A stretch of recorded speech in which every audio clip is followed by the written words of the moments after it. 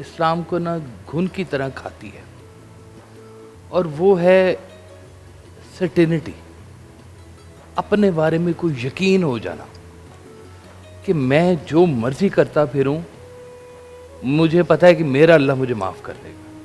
جبکہ انبیاء علیہ السلام جو کہ رجسٹرڈ اللہ کی رحمت کے جو تھے، حقدار تھے، وہ بھی اپنی آخری، اگر کو کہا بھی گیا ہے کہ یہ غلطی کا پتلا ہے اور اس غلطی کے پتلے نے خطا کرنی ہے، تو کون سی ایسی ایک چیز ہے جو آپ کو آپ کی خطاؤں سے بچا سکتی ہے، خطاؤں کے رزلٹ سے بچا سکتی ہے؟ پہلا عشرہ اللہ کی رحمت اور بخشش کا خصوصی دور ہوتا ہے. اس میں اللہ تعالیٰ اپنے بندوں کو اپنی مغفرت عطا فرماتا ہے.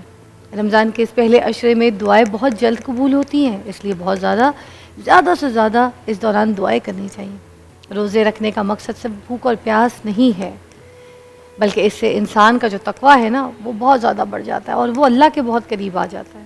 اس عشرے میں قرآن پاک کی جو تلاوت ہے اس کا اہتمام کریں، ترجمے کے ساتھ پڑھیں، اس کو سمجھیں، کیونکہ یہ ہدایت کی کتاب ہے، اس پر عمل کریں، کیونکہ یہ وہ مہینہ ہے جس میں قرآن پاک نازل ہوا تھا. لیکن تلاوت تو ویسے بھی کرنے سے دل کو بہت سکون ملتا ہے، نو ڈاؤٹ. اس کا جب ترجمہ پڑھتے ہیں تو اس کے ساتھ ہدایت بھی ملتی ہے. کیا تحفہ ہے! تو پھر آج اس موضوع پہ بات کرنے کے لیے جن شخصیات کو ہم نے یہاں پہ مدعو کیا ہے وہ ہے صاحبزادہ کاشف محمود واصف صاحب، جو کہ واصف علی واصف صاحب کے صاحبزادے ہیں اور صوفی اسکالر ہیں. ہمارے ساتھ اس پروگرام میں اس ٹاپک پہ مدعو رہیں گے. السلام علیکم. جی وعلیکم السلام. رمضان مبارک. آپ کو بھی بہت مبارک. اچھا جی، انہی کے ساتھ تشریف فرما ہے ڈاکٹر حافظ نعمان صاحب. ان کی ایک سٹوری ہے، مگر وہ سٹوری جب میں ان سے بات کروں گی تو پھر آپ کو سناؤں گی. اور مجھے لگتا ہے کہ اس طرح کی جو سٹوریز ہیں ہمیں سننی چاہیے، ان سے سبق حاصل کرنا چاہیے. اور یہی بات کہ یہ جو عشرہ ہے یہ دعاؤں کا ہے، اس میں بڑی قبولیت ہوتی ہے دعاؤں کی. تو اس میں بھائی کی، ڈاکٹر صاحب کی جو دعائیں وہ قبول ہو، ہم جو دعائیں کریں وہ قبول ہو. اور میں بتاؤں ایک دوسرے کے لیے جو دعا ہے وہ ضرور کرنا ہے. میں ڈاکٹر صاحب کے لیے، ڈاکٹر صاحب ہم سب کے لیے، کاشف صاحب میرے لیے، میں کاشف صاحب کے لیے، پوری جتنے دیکھنے والے ہیں وہ کاشف صاحب کے لیے، آپ لوگوں کے لیے مل کے دعا گو میں شامل رہیں. یہ بڑا ضروری ہے. کاشف صاحب سب سے پہلے تو میں آپ سے یہ پوچھنا چاہوں گی، رحمت کا عشرہ ہے، رحمت کس کو کہیں گے ہم؟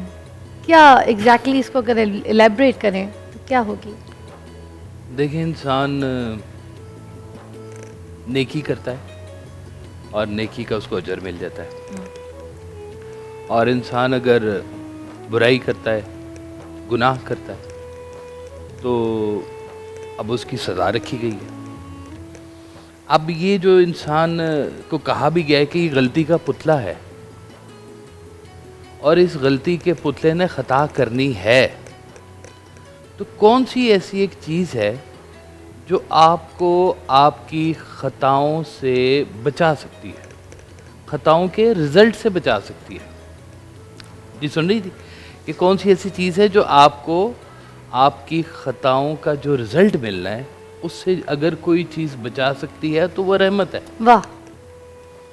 یعنی کہ ورنہ تو فارمولا سیدھا ہے کہ نیکی کریں، ہاں، عمل کریں اچھے اور اچھا رزلٹ لیں، ہاں، برے کام کریں برائی کا رزلٹ لے لیں. ایسے ہی ہے. لیکن رحمت اس فضل کو کہتے ہیں جو آپ کی خامیوں سے آپ کو بچانے کے لیے آ جاتی ہے.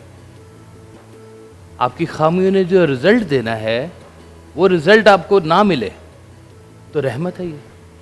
مگر جیسے اللہ تعالیٰ جب یہ کہتے ہیں نا کہ میں بڑا غفور رحیم، رحم کرنے والا ہوں، کچھ لوگ اس کا یہ بھی تو مطلب لے لیتے ہیں نا کہ ہم جو مرضی کرتے رہیں، اللہ تو رحیم ہے، بخشش کر دے گا، معاف کر دے گا. کیونکہ آپ کو پتہ ہے نا لوگوں کے دماغ میں یہ بات پھیلی ہوئی ہے کہ سمندر کے جھاگ جتنے بھی گناہ ہوں گے تم توبہ کرو گے، معافی مانگو گے، میں معاف کر دوں گا.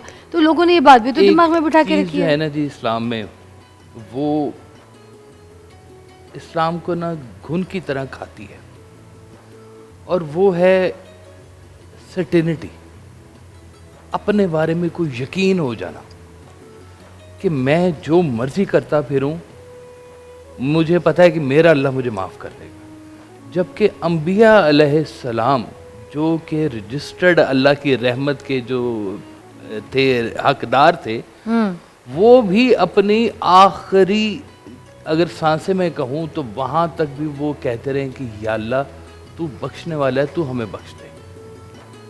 اگر وہ یہ کہتے ہوئے چلے گئے تو عام انسان اپنے بارے میں کیسے کہہ سکتا ہے یہ بات کہ میرے اللہ کیا تو مجھ سے راضی ہوا, میرے اللہ کیا جو میں نے کیا ہے تو اس پہ مجھے کو بخش دے گا.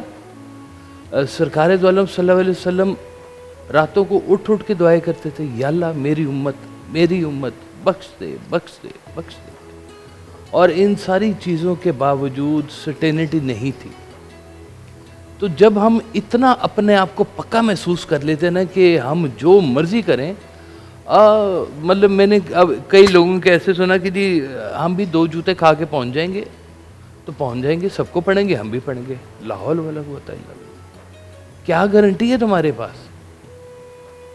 گارنٹی تو ایک ہی ہوتی ہے, اور وہ ہوتی ہے صرف مسکینی, کہ اللہ کی رحمت کے جلوے اس وقت میسر ہوتے ہیں سجدے میں ہو جب آنکھیں پرنم اور نام محمد آنکھوں میں, کہ رات کی تاریکی میں جو مسکینی سے خاموشی سے اپنے رب کے حضور رقت والی آنکھوں سے اس کو سجدہ پیش کر رہے ہوتے ہیں, یہ شرط ہوتی ہے اس کی رحمت کے حصول کی. کیا بات ہے کاشف بھائی.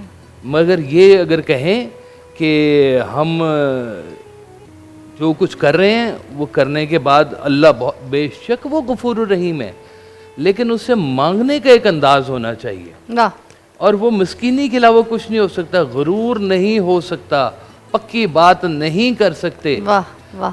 کاشف صاحب ایک بریک لیں گے, اس کے بعد دوبارہ جوائن کریں گے اسی موضوع